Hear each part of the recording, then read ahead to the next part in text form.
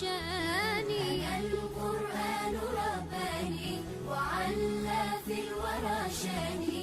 أنا القرآن أدبني. أنا القرآن نقاني. Si on a un regard panoramique de notre système solaire, quand on compare, et ça c'est très important pour comprendre le verset coranique, quand on compare notre système solaire par rapport aux autres planètes dans notre système, on remarque quelque chose de très impressionnant. On remarque que comparativement aux autres systèmes solaires, on voit que notre planète, ça c'est les scientifiques, en tout cas à travers des photos, quand vous regardez par exemple les autres planètes et notre Terre, on voit que la surface, qui est très impressionnante, c'est sa surface. Parce que c'est à partir de ce regard panoramique que vous pouvez voir vraiment la structure et aussi la surface de la Terre. On remarque que sa surface, elle est pavée, il est étendu. Pourquoi il est pavé, il est étendu? Parce que c'est possible quand quelque chose de pavé, étendu, donc c'est possible qu'il y a une vie stable et confortable des êtres humains. Pourquoi? Parce que, pourquoi Allah a aplati la terre ici? Pour plusieurs raisons. Premièrement, le fait qu'il est aplati, il a une fonction d'accessibilité, de praticabilité. C'est-à-dire, vous pouvez pas, si la terre n'était pas aplatie, ça serait impossible de marcher dessus. Ça veut dire, pour les êtres humains, ça veut être l'enfer pour pouvoir marcher, pour pouvoir traverser la terre, voyager. Mais Allah Azza wa Jal, subhanahu wa ta'ala, a créé cette terre de façon qu'il soit aplatie pour que les gens, pour une fonction d'accessibilité, c'est très très facile de le pratiquer.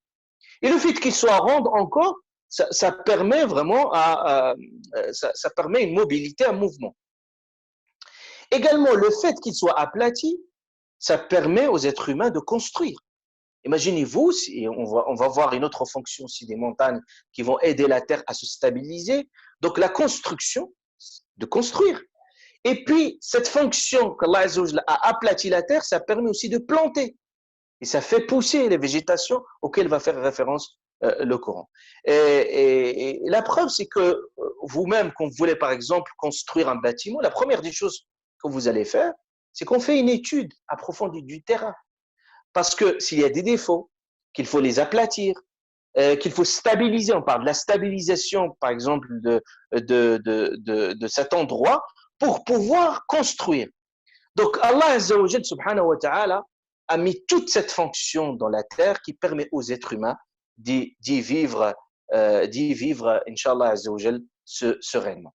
Donc, une fois qu'Allah Azza wa Jal a aplati, regardez le verset, qu'est-ce qu'il dit? Wal arda madadnaha.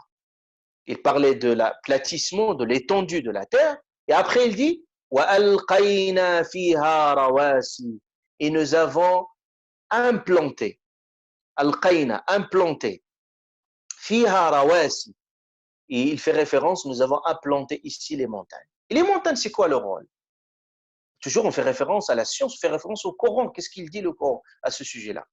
Le Coran ne parle que la fonction de la terre, c'est une fonction stabilisatrice.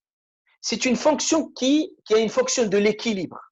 Parce que imaginez-vous, c'est la terre, il n'y a pas les montagnes qui maintiennent l'équilibre de la terre, donc la terre ne peut pas être facile pour y vivre. Et là, puisque je vous ai dit, le défi du Coran, c'est la métaphore, regardez le Coran, il utilise quelle expression quand il parlait des montagnes. Très belle métaphore. Il parlait, Allah Azza wa Jal, quand il parlait des montagnes, il parlait par exemple dans Surat An-Naba, Allah Azza wa Jal, il dit, il parlait, il parlait de l'jibal, wal-jibal awtada. Vous voyez, il parlait des montagnes comme des piquets. Vous voyez que des piquets qui maintiennent l'équilibre, maintenir l'équilibre, les piquets souvent, ils sont implantés, enfoncés dans la profondeur de la terre. C'est pour ça maintenant, les scientifiques le savent. Vous savez l'expression et la formule classique, on dit la partie visible de l'iceberg. Ça veut dire qu'il y a juste un tiers qui est visible. Les 2 tiers ils sont implantés parce que plus ils sont dans la profondeur, plus ils maintiennent l'équilibre. Donc un piquet, une tente, là je vais faire référence, c'est piquet des tentes. Un piquet, pour qu'il maintienne l'équilibre d'une tente, il doit être enfoncé dans la profondeur. Ça, Allah Ta'ala, ici, il parle de l'enfoncement, il parle de quelque chose d'implanté, donc planter, enfoncer fermement les montagnes. Donc, cette expression de piquer, tout le monde le comprend. Qu'est-ce que ça veut dire? C'est ça, la fonction stabilisatrice de l'univers. Regardez ce verset, Allah Azza wa Jalla dit, subhanahu wa ta'ala, par exemple, dans Sourate les abeilles, verset 15, Allah Azza wa Jalla dit, et il a implanté des montagnes immobiles dans la terre afin qu'ils ne brûlent pas, afin qu'ils ne bougent pas, qu'ils ne brûlent pas, en vous emportant avec elles, de même que des rivières et des sentiers pour que vous vous guidiez. Allah Azza wa Jalla parle très clairement dans plusieurs passages coraniques, afin qu'il ne perd pas son équilibre. Toujours Allah Azza wa Jalla utilise très explicitement la fonction ici des montagnes. Donc, Allah Azza wa Jalla, donc ici, donc il a parlé de la terre, il a parlé de l'arda madadnaha, il a parlé il fait référence ici des montagnes. Et les montagnes, subhanallah, si vous avez pu remarquer, pratiquement toute la nature, toute la création, l'œuvre d'Allah Azza wa Jalla avait toujours des admirateurs. Par exemple, le ciel, vous voyez des gens qui sont des admirateurs. À chaque événement, ils sont là avec leurs outils pour pouvoir observer le ciel. Ils ne ratent aucun moment. On rate aucun moment et c'est vraiment très impressionnant et très beau. Vraiment, c'est une aventure à avoir. Et vous avez également les montagnes. On a également des admirateurs. Vous avez par exemple les alpinistes. C'est quoi ce rôle? C'est toujours de découvrir ces montagnes. Et Allah Azza wa Jalla, dans le Coran, il a parlé aussi de ces montagnes également dans leurs couleurs qui sont très différentes, dans leurs formes.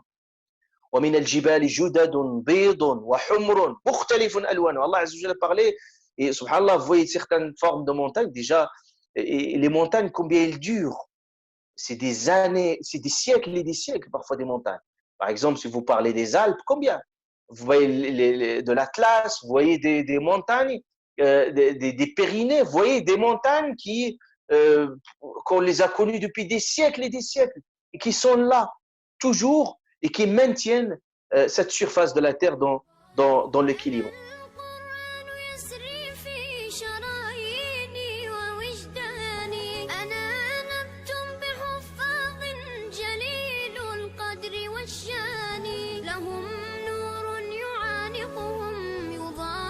شمس أزمان